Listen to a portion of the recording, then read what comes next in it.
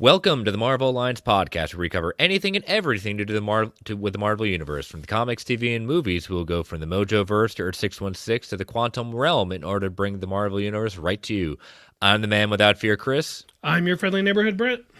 Alliance Assemble. Volume 147.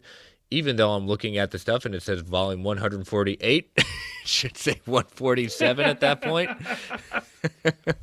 What happens when you copy and paste at that point? Welcome to, for those of you that were not watching live last night or at that point, this is part 2. Brent and I are redoing the entire show again because we did this show once already tonight. And we're having to redo it again because at one point we got frozen, and it was one of those where we thought we were good on our end, even though YouTube froze up. And apparently when we got the recordings, after 24 minutes, nothing happened. There was no audio. So Brent and I made the call at this point to redo the entire episode, so that way you all have something to listen to on Friday morning. We want to put out consistent episodes at that point, but again, we apologize about this, and we had some good zingers in there that probably won't repeat. Unfortunately, may not make it at that point. But I want to thank. It is what it is. It is so, so Brent's week was good. My week was good. So let's get through the network. Until this moment, your week was good. My week was good. It's all good. It's all good. It's all good. So let us get through the network plugs.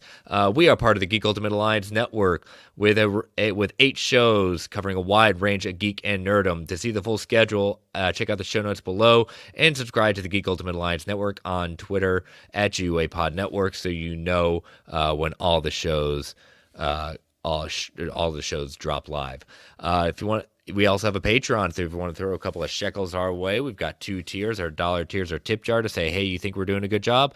And then we've got our $5 tier with our ad-free episodes, early access episodes, and Patreon-exclusive shows, including our show, We Can Watch This All Day, the Marvel Alliance MCU Rewatch. And we've got 12 episodes up there, with episode 13, Avengers Age of Ultron, was recorded this week, and that will drop officially on the morning of Monday, January 30th. If you are not a member of Patreon, what are you doing? Why aren't you? You can join us on Patreon at www.patreon.com/GUA Network and become part of the GUA Network Patreon. We want to thank our patrons. We cannot do this without your support. But if you can't join us on Patreon, we totally understand. But if you could take 30 to 90 seconds and rate it and review us on Apple Podcasts, Spotify, Amazon, whatever podcast your choice may be, we greatly appreciate it. And last but certainly not least, we want to thank our official sponsor, OrganicPriceBooks.com, for your omnibus hardcover collected edition needs. JP and the crew at OPB have got it going on with immaculate packaging, excellent customer service tips around the world. Use that code MARVELGUA at checkout for $2 off every single order. Use a limited amount of times. And we want to thank them for being an official sponsor. And our network update, if you've been paying attention to the GUA feed, Walk Through the Multiverse has changed to Wednesdays. Starting this week, Joe will be covering The Last of Us through the entirety of this first season, which premiered this Sunday. And the Animation Nation will be moving to Saturdays starting this week, as Travis continues covering X-Men, the animated series. So be on the lookout for that. And yeah, so that's all the notes at that point. So we have a very big focus show on Agatha Coven of Chaos. You know, it's interesting how these weeks go on with that at that point. But yeah, so let us get into that news. First, coming from The Hollywood Reporter. So Agatha Coven of Chaos sets the directors as production readies this week, and we saw I think it was John Locke at that point, if I'm not mistaken.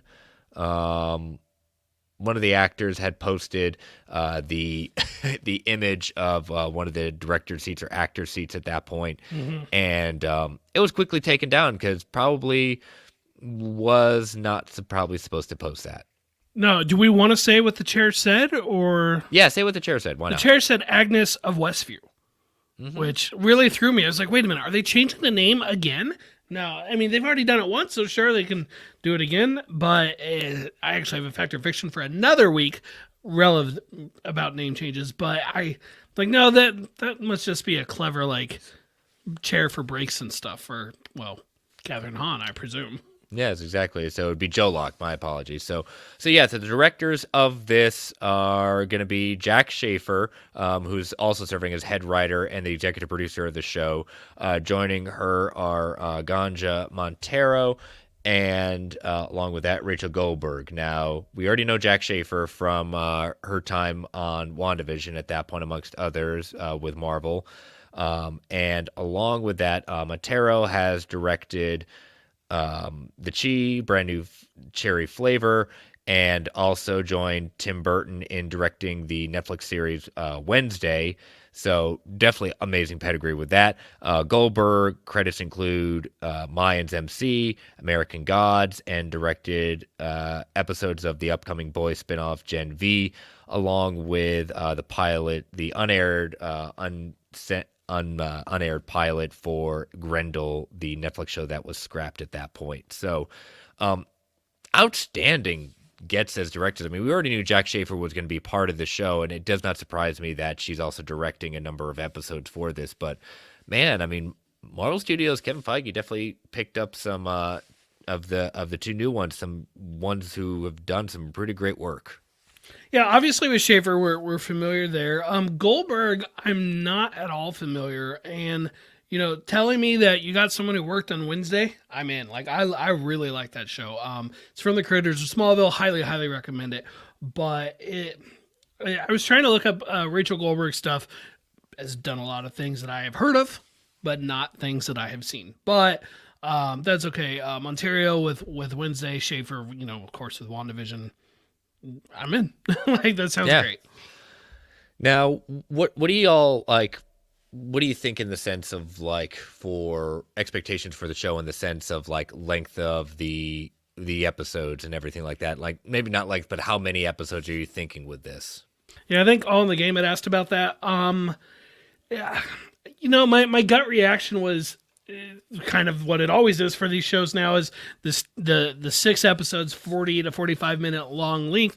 I don't see them doing the sitcom style thing again, but I don't know. Do you think they would go with more of a She-Hulk format, like not a sitcom the way She-Hulk was, but a 25 minute episodes, 30-minute episodes for 9 or 10 of them? Yeah, I'm thinking with this one, I view this, especially with like the rumors we're hearing, with Patti LuPone being part of it, big Broadway star at that point. There may be a musical number, at least one a part of this one. I could see this being kind of billed as a dark comedy, with this kind of leaning towards that. So I'm more thinking this would be a kind of a 9-episode order like She-Hulk, and I know WandaVision was 9 as well. WandaVision was 9, yes. Okay. 8 weeks, but that's because 2 of them dropped the same day. Exactly, and especially we're still waiting on that mysterious 10 episode that we never got, right? I forgot about that. Yes. So I'm kind of thinking towards that, but again, not much is known outside of, I'm thinking hopefully we get more of Agatha's backstory, some more sense of just like where is she from, because we only got some hints of that, but maybe like characters like Aubrey Plaza, we don't know kind of what her character is, but I could also see her being, I don't know, just because I could see her maybe being with Agatha, or maybe someone that is a foil for Agatha, someone who's maybe confronting her, maybe being her antagonist in the show. Yeah, there was this speculation, rumor. I don't know what you would classify this as. This idea. There's this idea. There was an idea, and of an Avengers. And basically it boiled down to the citizens of Westview viewing Agatha as a hero because Wanda captured them all, right? She enslaved them basically, and I like it. I think it's a cool idea. Do I think she should be seen that way the whole time? No. Do I expect to see Agatha, turning around and like suiting up with Wanda and going into battle alongside the Avengers after this? No.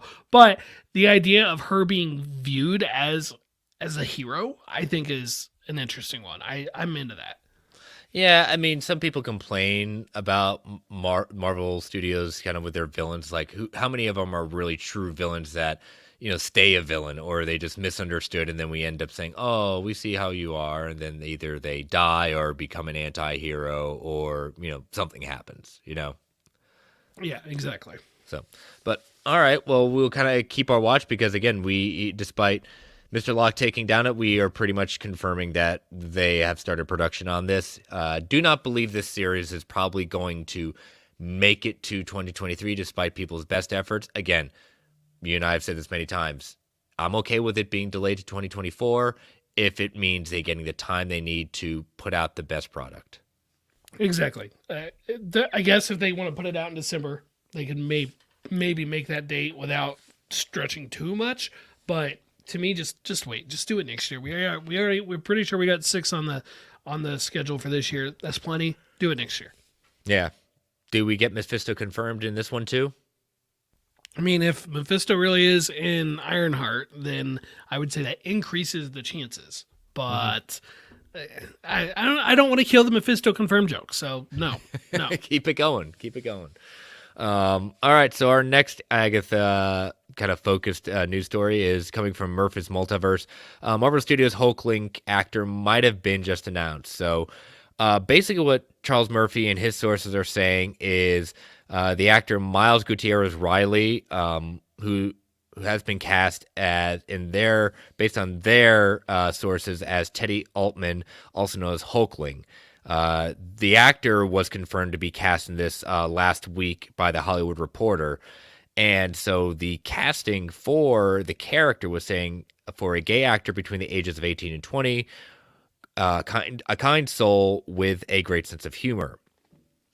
So even though the actor necessarily doesn't fit the age range at that point that's usually used as a guide, but what do you think of, again, this is rumor, this is definitely not confirmed outside of the actor being in the show, that Hulkling being put into Agatha Coven of Chaos? I like the idea. You got to wonder about Billy showing up then potentially because Hulkling is so tied to Wiccan.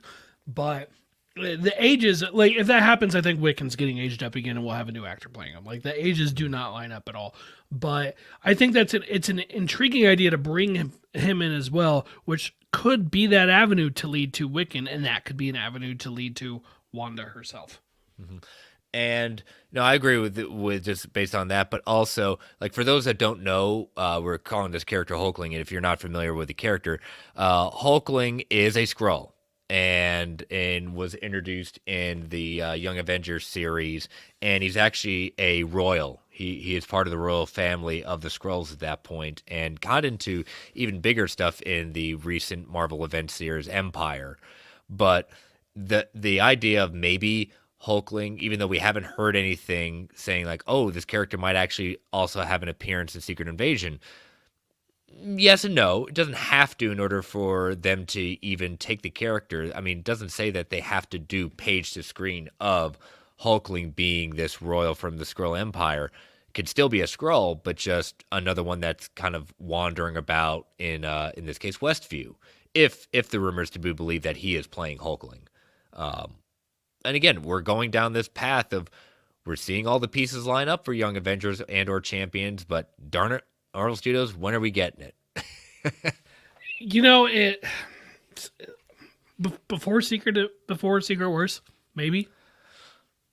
I'd say at this point, I mean, again, we have we have a lot of Phase 6, most of Phase 6 that has not been kind of confirmed with dates at that point. Could it fit in there? Yes. Or I could then basically see them coming together, being part of like a team, but not necessarily got like a proper project tied to them until after Phase 6. Yeah, that makes sense. I could see that. So, but again, we got to have our leader in Kate Bishop. Got to see her again soon. Yeah, soon, please. So, with Yelena, we need more of that. Yes. So, all right, and so our last story for this week is an interesting one, and one that kind of the way things have been going the last few years in regards to this. it was very interesting when this would change, but Disney announces Marvel movie ban in China officially has been lifted.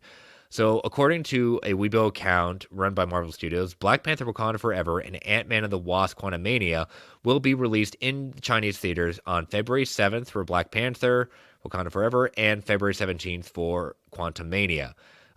That date, February 17th, is the worldwide release of Quantumania.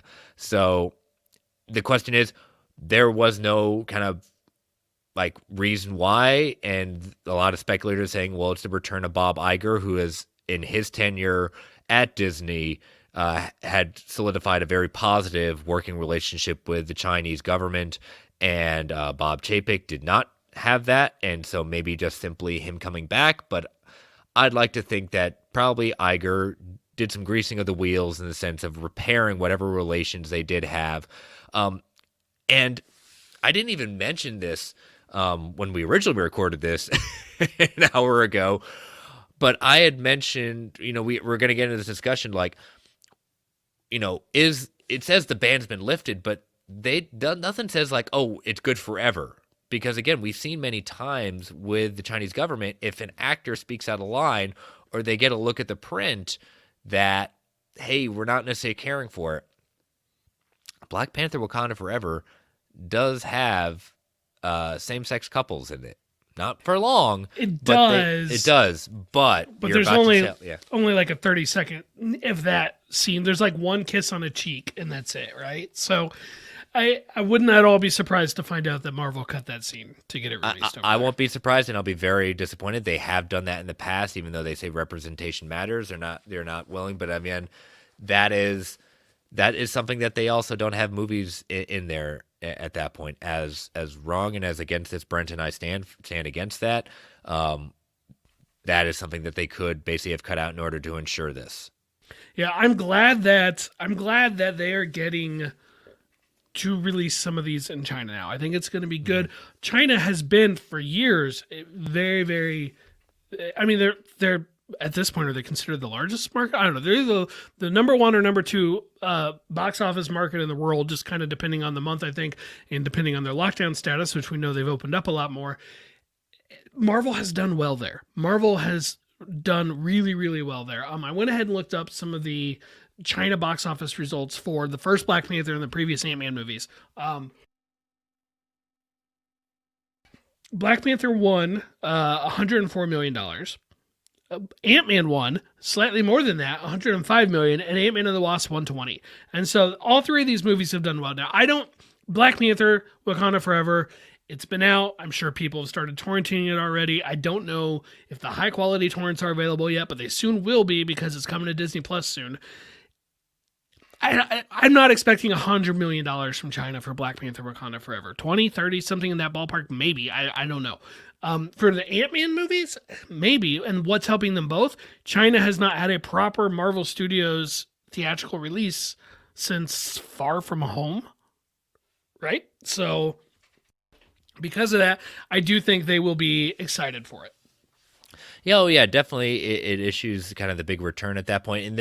And as we've said before, like, I mean, Ant-Man and the Wasp Quantumania was a big test for a lot of different reasons of, like, Ant-Man franchise kind of going in a more serious direction with the plot of this film and the tone of this film, but also bringing China into the mix, which we haven't had since, the last movie that was released in China worldwide, that, again, No Way Home wasn't even put into China. So... Yeah, and I mean, that would have cleared $2 billion for sure if it was put in China when it released. If they were to put No Way Home in China today, I don't know that it would get enough to clear $2 billion, but it might. But I don't know for sure. Yeah, so I mean, again, Black Panther: Wakanda Forever, they'll get some extra money with that, but nothing that will move it to that higher level. So I mean, they're at 830 now. I don't even see them. I'd be stunned if they got above 900. Yeah, I'd be absolutely stunned. Now, again, it's the question. I know the question is, what can this do for this? Even though the ban is lifted, they could say the ban is lifted for that. Then the Marvels comes out and say, nope, sorry, we're not releasing Marvels, but maybe we'll do, we'll be okay with Guardians of the Galaxy. But the last movie, yeah, Marvels, no, we're going to step away from that at that point. So, I mean, this is not a sure thing unless we get some more official statement from Iger or Disney about a better partnership that they have with China to ensure these releases. But I don't know. Yeah, but for now, at least Ant-Man and the Wasp: Quantumania is going to have that worldwide run now. We did get a question in our original recording, as we'll be frequently saying at this point, about looking at like what the box office could do. Yes, but hold off. I mean, that was Hold really off on that. that was tied to a Fact or Fiction. Fact or so we'll fiction. talk Okay, I about can it remember. then. Yeah, it's kind of all merging together, Brent. It is. We'll talk about it at Fact or Fiction. Talk about Fact or Fiction. So, all right. Well, that's all the news for this week. So we're going to take our first ad break, probably our only ad break for the evening at this point. So listeners, these ads help keep the lights on in the Geek Ultimate Alliance Network. We don't get to choose what ads come on, and we could be a bit loud. So I'll give you that 3 count before they come on. 3, 2, 1. We'll be right back.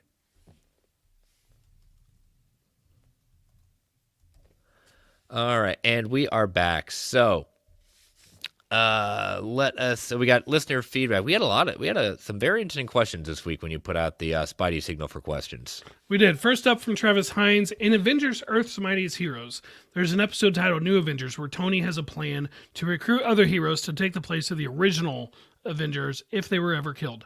Before Tony died in the MCU, who do you think he would have chosen to replace the original members? Only MCU characters appearing prior to Endgame, as Tony is dead now. Sorry, Shang-Chi. But again, in Far From Home, I mean, even in death, he's still the hero. Even in death, I'm the hero. That's right. Exactly.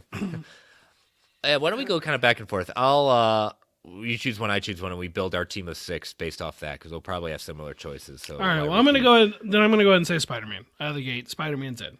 You know, we saw what Tony gave him the Edith glasses. He's in. Which one?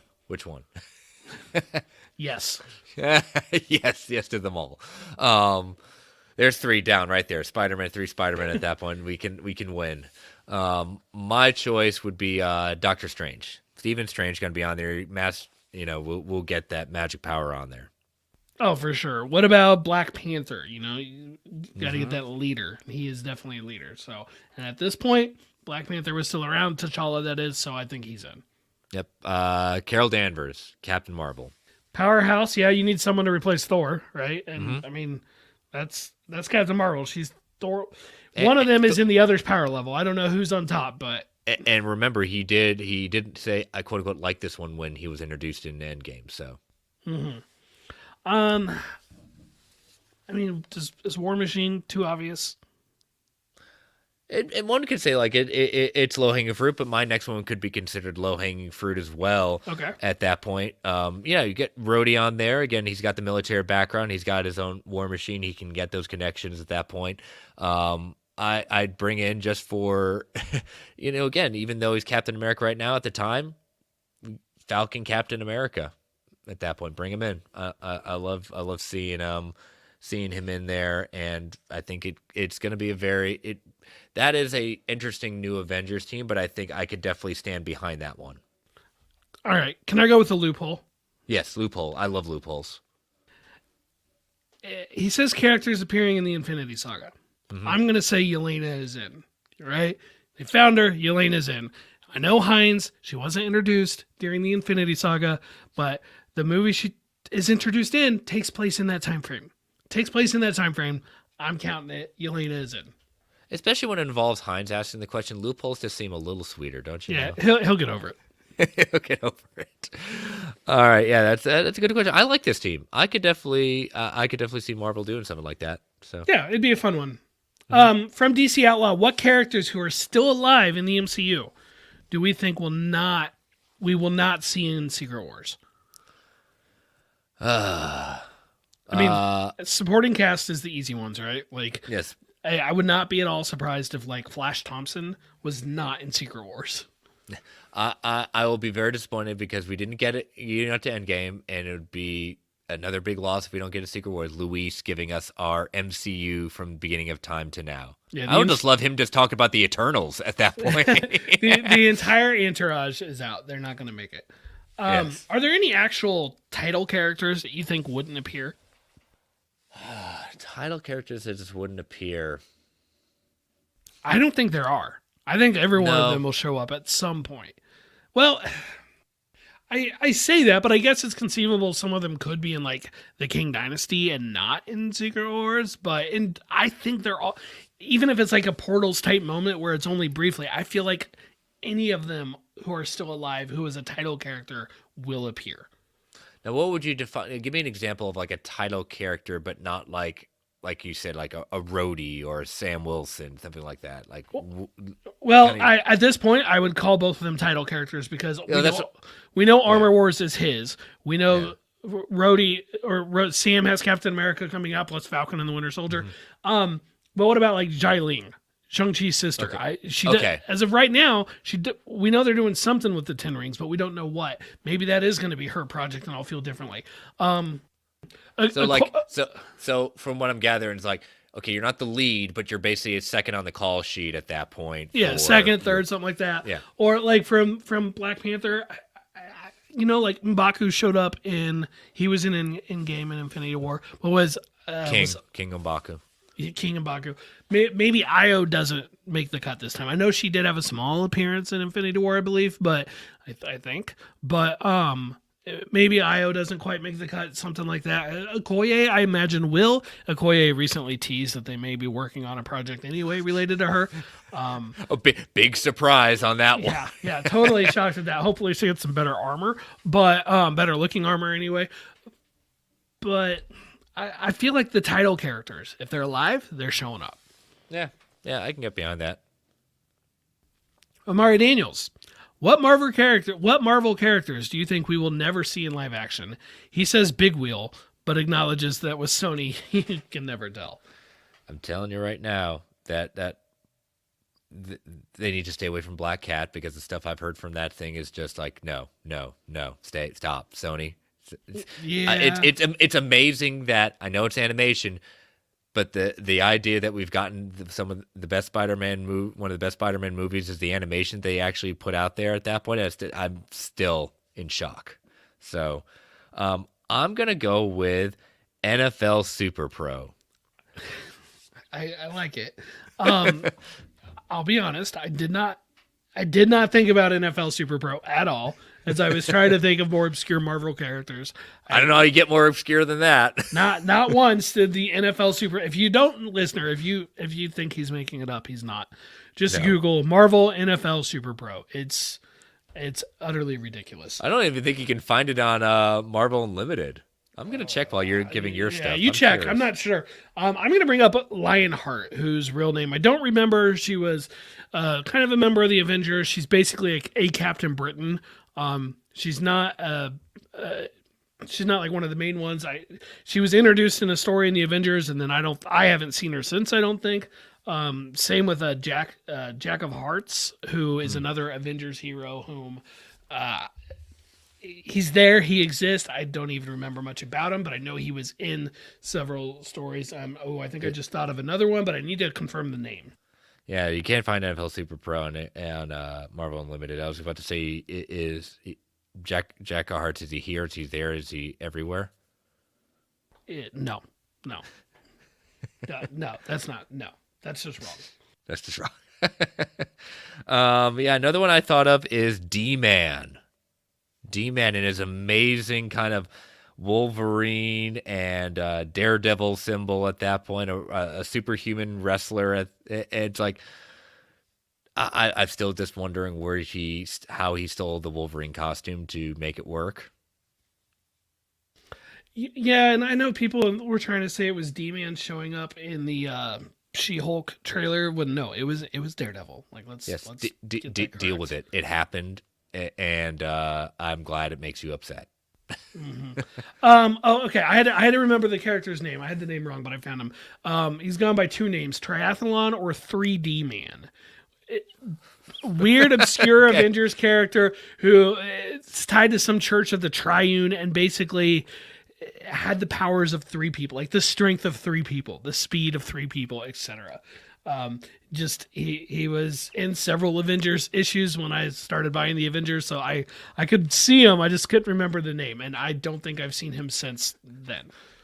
Well, we gave you some stuff to think about, and if you've never heard of some of these characters, Well, Marvel Alliance listeners, we've given you a little bit of homework to educate yourself on them. Look up Super Pro, NFL Super Pro. You're gonna you won't regret it. It's epic. Then our final questions from someone named Supergirl and Brainiac 5. What is in your Snap deck? So referring to Marvel Snap, I've downloaded it. I have not played it. It's not currently on my phone or my iPad. I checked. So I probably launched it once and deleted it. I'm like, card games. It's just not for me. It's not for me. But it's cool that it's doing well. I hear Tech Podcast talk about it. So that's awesome. It's doing well. Yeah, I was more amazed. Like some of the end of the year lists, like said, like it's like it's like on some of their best game, like the best game of the year last year. I found that a mobile game again. I was a Magic the Gathering player when I was a kid, Pokemon collector, game player at that point. But I've grown up. Our buddies Clay and Joe on the network have definitely tried to convince me of how user friendly it is, how easy it is to get into. Kind of like you, Brent. It's just I'm not into as much right now in my life of online kind of card games at that point. You know what? I'm gonna be honest with you. If I did play it probably would need to take away time from doing this show, and I can't do that to you, the people. I mean, for crying out loud, we are recording this twice for you, the listener, the people. We need to deliver this content to you. We know you want it at that point. So again, for you, the people, I am sacrificing playing Marvel Snap, and that's how much I love you. 3,000. I love you all 3,000. That's an excuse. We'll roll with it. It works. All right. So a lot of good questions at that point. Thank you all for putting those out there. And let me pull up Factor Fictions from last week. And these were all my Kang-focused ones as, we broke down the trailer last week. All right. So number 1. We will see more than one Kang variant in Ant-Man and the Wasp: Quantumania. 67% said fact, 33% said fiction. Number 2, at least one of the main cast of Ant-Man and the Wasp: Quantumania will be stuck in the quantum realm at the end of the movie. 74% said fact, 26% said fiction. And number 3, we will see a post-credit scene in Ant-Man and the Wasp: Quantumania that will lead into Loki Season 2. 67% said fact, 33% said fiction. All right, so Brent, this is one of 2 weeks for you for doing this. So What do you got for me this week? First up, specifically for Travis Snell, Ralph Bohner will appear in Agatha Coven of Chaos.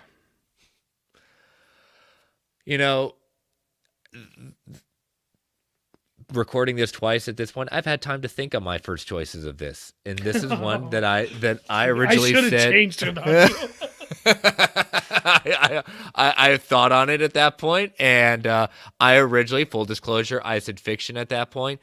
But in thinking about it, not just to troll Travis at that point, but being that they have brought back most of the original people from Westview that were featured in WandaVision. Mm-hmm. Even though he has not been officially named at that point, I could definitely see Ralph Bohner making a quick appearance, just a little bit, just to get the goats of some people, just to be like wink and the nod. Yeah, he still exists in the universe. Oh, they're not gonna name him. He's just going to show up at the end of an episode. He's gonna knock on the door and walk in and say, "Hey, sis," or whatever it is he said in WandaVision when he first showed up. Now, I think it'd be fun if they used him again. And going off the idea that I had or that I saw and brought up earlier of the citizens of Westview appreciating Agatha, Ralph Bohner was under her spell. He was never under Wanda's. He was under hers. So he may not be quite so fond of Agatha where all the others would be. Yeah. So, I don't know. I'm a fact. Yep. You're probably a harder fact than I am, but yeah. So. All right. Next up, prior to Secret Wars, Avengers Endgame will be re-released in theaters. I will say fact on this, even though I know they haven't done kind of a proper re-release, like, okay, it's going to be in theaters for like 30 days or something like that. Like a proper one. There's asterisks, there's the Blu-ray special features they put on, but the movie was the same, and there's the Marvel Studios movies, but they were Sony movies for Spider-Man. It would technically be their first true re-release. Mm-hmm. And why would they do it? Just to, again, the lead up at that point. I could see them do, if not just Endgame, they could do Infinity War, Endgame, a re-release of them for 30 days at that point. I don't know what it costs to put something like that back out into production. I have no idea.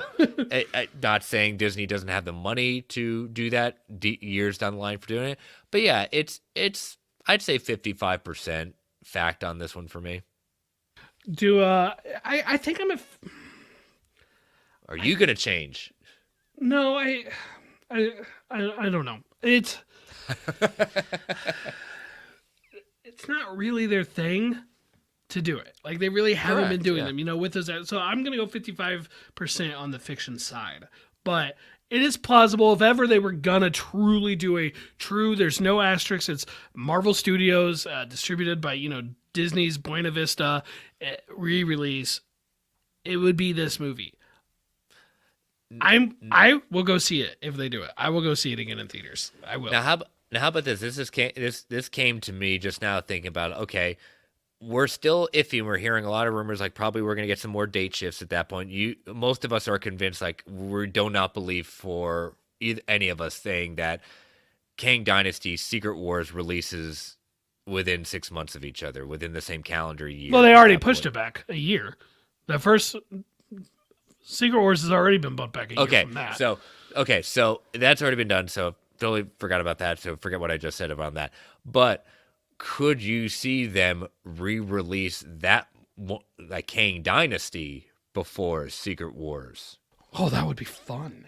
I'm just saying, like, you could I could see Double if they're not going to feature? do. Yeah, I'm just saying, like, they put that out 30 days before, as long as it's not interfering with, we've talked about in the last couple of weeks on this show, like possibly Shang-Chi being the movie, or now Doctor Strange 3. So that could be possible, but if there's a Marvel movie that leads up to it and there's not a good window, that also may not be possible.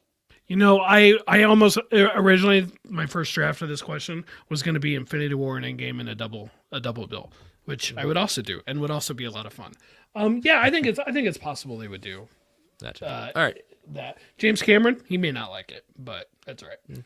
He's all right. He's living it up. He'll hit that $2 billion and say, "See what I did with Space Kitties." He might already be there. Like, as of us recording, he might be there. He might. I mean, it's ridiculously incredible to get there. So, more power to him. I still haven't seen it. Exactly. All right, my final one. Speaking of box office, the MCU will make more at the box office in 2023 than it did in 2022. And for your reference, for your context, in 2022, it made $2.54 billion, including the No Way Home re-release. So basically, the MCU needs to average $850 million per project in 2023. Gotcha. So, in full disclosure, as you said, you wrote this question before the news of the China. Yes, release. The China happening again. It's actually like nudged me over from one side of the line to the other. I'm a fact, but I was leaning fiction when I originally wrote this question down. Yeah. So keeping now the China's in play at this point, and we know Ant-Man and the Wasp: Quantumania as this recording is going to hold to the worldwide release with China. A lot of it's riding on like how that works, even though Ant-Man and the Wasp and Ant-Man prop and the original movie were, mediocre box office at that point in comparison to other Marvel movies. Ant-Man was 518, Ant-Man and the Wasp was 623. So again, upwards trend. Both of them had China releases. So the tone shift, the idea of Jonathan Majors being our big bad for the next two phases, it could hit now. Again, this is, I'm not going to put out right now for Quantumania where I think box office, but I don't see it getting into the 800s even with China. It'll go, I think. Yeah. To remind you, last week All in the Game asked about that and asked about 800 for Ant-Man and the Wasp: Quantumania, and you had said maybe 750. Yeah. So with China, I was leaning against this until the China thing happens. It would be a sizable bump for the Ant-Man franchise to get up to that 850 range. If they do, I almost think it's a lock. I almost feel like it's a lock if Ant-Man and the Wasp does it. The Marvels, I mean, it's coming off of a 1.1 or whatever, I think it's $1.1 billion movie. That's going to help. It does have China again. Captain Marvel 1 did well with China. It was $150 million. Guardians, the last movie, Guardians Volume 2, already made 860. And so coming off the hype and the story of, Gunn being fired and coming back, and sure, even the Guardians holiday special helping to re-up some Guardians hype and stuff. Yeah, I think it is possible. I don't think it's a lock. It's gonna be very interesting in the sense of, like, out of the three, and we'll really say again, I hate to dissuade it, but I don't see Ant-Man and the Wasp: Quantumania being our top box office hit for Marvel Studios. It's gonna be very interesting to see between Guardians Volume 3 and the Marvels, who is going to be the top box office get. Right now, I would predict Guardians. But That's what I guess I would predict Guardians and Ant-Man, then, well... And again, I mean, a lot's riding on Kang. If Kang hits with the audience, then Ant-Man's going to be huge. We have not seen an official trailer for Marvels. We have seen enough or heard enough in the ether about what the possible plot is for going on. And but yeah, that first trailer is going to be interesting to see how, what is going to be revealed with the Marvels. So, but yeah, in the idea of it,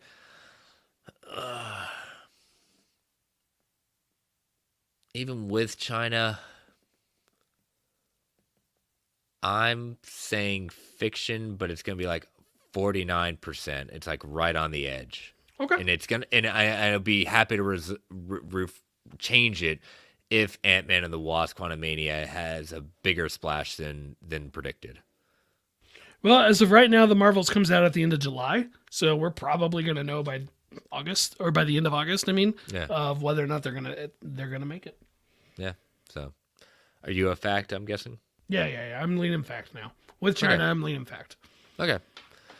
All right. So I will post those on Sunday afternoon, so make sure your voices are heard on that. And let us begin our new comic book club with going into Spider-Verse with Amazing Spider-Man issue 9 at that point. So it has been a good hot minute since I have reread Spider-Verse, and just, man, you and I have spoken about Moreland on World's Finest True Believers when you came on, and right off the bat, Moreland and the Inheritors. Moreland was not one to be messed with when he was brought in.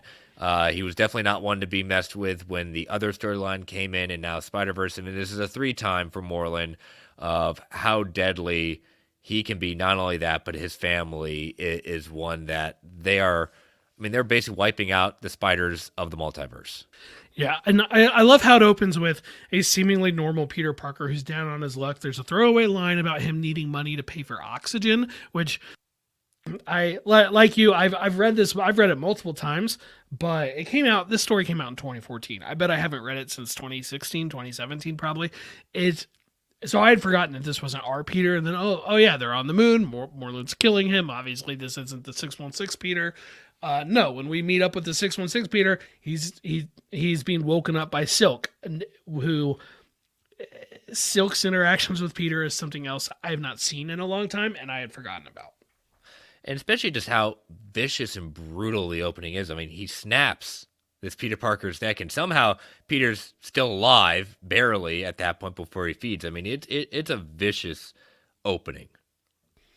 Yes, and really, I mean, there's quite a bit of viciousness and brutality throughout this, as the Inheritors, not just Morlun, are going around, collecting spiders.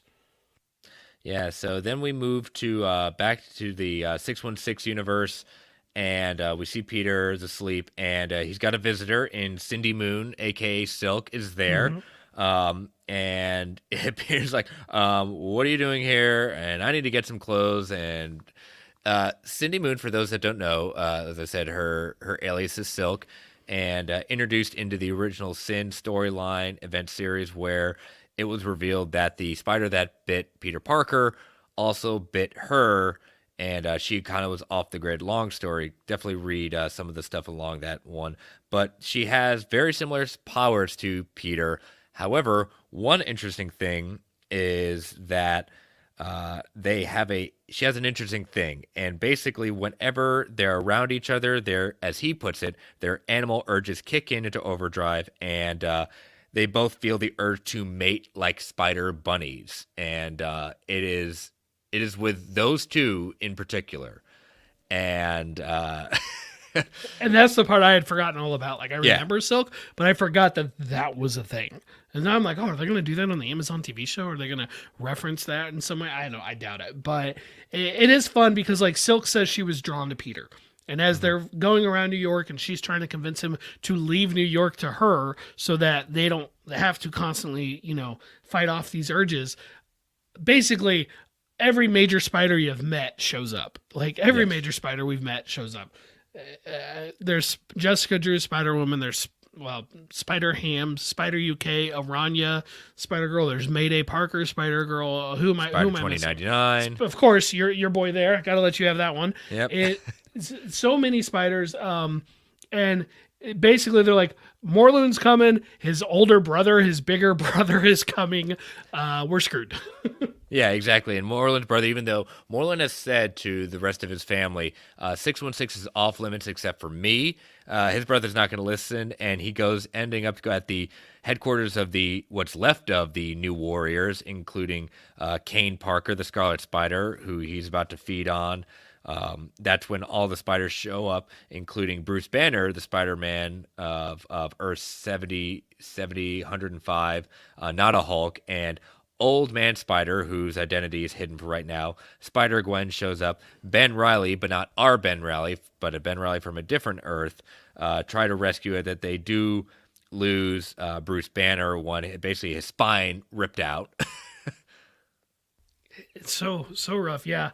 We also see Morloon separately facing off with Kane Kane Parker, like right before this, and he just is whooping up on him. At this point, he's a Scarlet Spider, but more importantly, he's the Other. I have not read the Other in a very long time, so I don't remember all of that part super great, but I do remember I don't remember the Other storyline super great, but I remember the significance of the Other, the Bride, and the Scion in this story. Yeah. And so they go to basically a Central Park of Earth 13, which is their spider is the Cosmic Spider-Man, who basically Peter Parker way back when did get the powers of the Enigma Force. In this reality, he never gave it up. And I did like the kind of context he gives with it, in that like his powers are only tied to his reality. So if he were to leave, he would still retain Spider-Man's abilities, but no longer the Enigma Force. Right, because they otherwise, like, the Inheritors cannot stand up to him, so Yes. they did effectively nerf him by doing that. But that was good for the story. Exactly. And so we get a scene of Miles at his mother's gravesite, basically kind of reflecting like he feels, responsible for his mother's death. His uncle has died at this point, and his father, basically blaming him for that, has left him and abandoned him. And again, the Parker look has now rubbed off on Miles. Yeah, and kids, you got to remember, this is before Secret Wars, before Miles merged into the mainline universe. He's with his own Spider-Girl, or Spider-Woman, if you will, in his version of Jessica Drew, who is a clone of Peter Parker. I've always liked that character. Yes. And suddenly one of Moreland's sisters shows up with her pack of interesting Spidey villains that are pets of hers. And that's where we leave off. We get an interesting epilogue of the Inheritors talking about like getting ready to feed on some of their spiders that they've taken. But the idea of this, the web of life at that point, seeing all these different versions of Spider-Man, including Japanese Spider-Man, the cartoon version of Spider-Man. I love seeing this. It's warms my heart. It's awesome. Yes, it's so cool to see it all. And this issue is like fast. Like, they just jump into it, right? Like, it's 0 to 60. They just are suddenly slamming all the spiders at you. If someone told me they think it moves too fast and it needed a little bit more of a build, sure, okay, I'll go with you there. But I just have a lot of fun reading it. Yes. So, but All right. Well, we will read Spider-Verse #1 will be our next one in the reading order at that point. And yes, so, well, Brent, let's never do this again instead of recording the same episode twice. Fair enough. Again, listeners, I love you all at that point, but it's late for you. It's 11:30 my time. It is 10:30 Brent's time. I still have work in the morning, but again, I'm glad we were able to do this. And again, our apologies to our live YouTube listeners. Will hopefully Mr. Snell will be able to put this out later on YouTube so you can watch it. But hopefully we'll get this corrected so we don't have this problem again. But thank you for sticking with us, Brent. Tell people how they can follow you. Yeah, Brent Tech Prime on Twitter, TikTok. That's where you can find me. And you can follow me on Twitter at Chris Balga. You can follow this show on Twitter at Marvel 8 Podcast. You can follow me on my other show, World's Finest True Believers, at Finest Believers. Again, thank Organic Price Books for being our official sponsor. Use that code MarvelGUA at checkout for $2 off every single order. Feel free to tweet, email if you want to provide feedback, ask questions. Our email is marvelalliancepodcast at gmail.com. Continue to rate and review Marvel Alliance solo feed and the GUA feed on Apple Podcasts, Spotify, whatever podcatcher a choice may be. Want to thank you all for listening. Thank you all for maybe watching later at that point. And stay safe out there, everyone. And as Stan the Man would say, Excelsior, true believers. All right, Brent. Post-credits discussion tonight. It's got a little X-Men action, but it's going to be one of discussion of an actor who, to his own things, needs to start giving it up. Channing Tatum is still urging Marvel to make his X-Men movie. So while talking in Vanity Fair, Channing Tatum talks about his X-Men movie on Gambit, and he's basically, his explanation, it was supposed to come out in 2020, and it all came to an end. His belief is during the Disney buyout of Fox at that point. And he's quoted as saying, and ultimately, I just think that the tone of the movie, which was supposed to be a raunchy standalone Gambit movie, we wanted to make was very far from what we wanted to do. Or as maybe they're just wanting to see how they do it with or without us. He says, we do call every once in a while, but we've got to spiritually, emotionally, and kind of mentally let it go. I think the more interesting thing about this is not that Kevin Feige has not jumped at the chance to work with Channing Tatum for Gambit at that point. It's the idea that even after the buyout, I don't know what the recent call was, but they're still reaching out to Marvel, either he or his reps, about, hey, remember I had a Gambit movie. It's all ready to go. Yeah, frankly, I don't want it. I'll see it, but that's Channing Tatum is just not who I picture as Gambit. I don't see it. I'd rather have the guy back from Wolverine Origins, who I was fine with. So forgive me, I don't remember his name. But I guess credit to him for the hustle, for trying to do it, for going after it. I frankly don't hope I hope he doesn't get it. Yeah, the comedy I appreciate Channing Tatum from a comedic standpoint. I have never seen Magic Mike, but I know probably part of the reason why, looked at for this role is he's got an amazing physique. He's got the superhero physique down. He, as far as I know, I don't think he hails from Louisiana, so that's one strike. But does he put on the charm for the ladies like Gambit does? Sure. I could see that. But, I don't look at him and say, oh, he'd be a great Remy. He'd be a great Gambit. No, I don't get that. Could I see other things? Possibly. But yeah, this is one I'm not disappointed in, but I just wonder, to his point, who is he trying to reach? Who is he talking to that is not returning the call? Obviously not Kevin Feige, but who is he calling at that point? Who is his contact at Marvel Studios that has to keep on pushing him aside? The receptionist. Yeah, Mr. Feige, he's calling again. Who? Channing. Oh, seriously, why are you still taking this call? So, I'm sorry, Channing Tatum. You had a shot. Unfortunately, not only did COVID ruin it, but the buyout ruined it. And, you still got Magic Mike. Be happy about that. I feel like the opportunity has passed. Yep. So, but all right, listeners, we will see you all next week for another Marvel Alliance. So talk to you later. Bye-bye.